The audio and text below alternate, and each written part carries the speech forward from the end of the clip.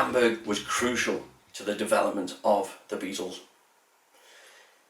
So they played at the Casbah.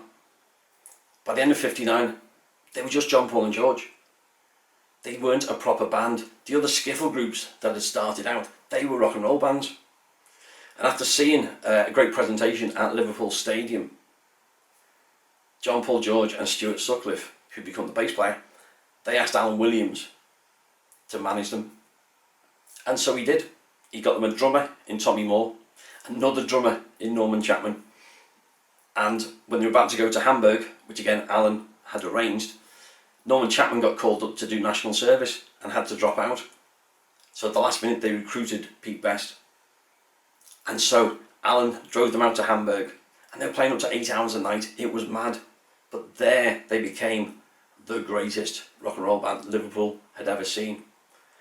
Unfortunately, there's no recordings of them.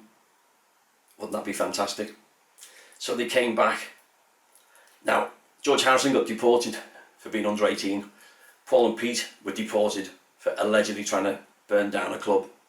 So they had to try and get back in to Hamburg, which they did through Mona Best, Alan Williams and Peter Eckhorn, the owner of the Top 10 in Hamburg. They went back there in '61 and they were the best band ever. And while they were out there, they were playing with a guy called Tony Sheridan.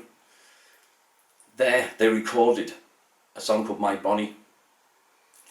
That record, as Tony Sheridan and the Beat Brothers, was requested many times at Nem's record store in Liverpool.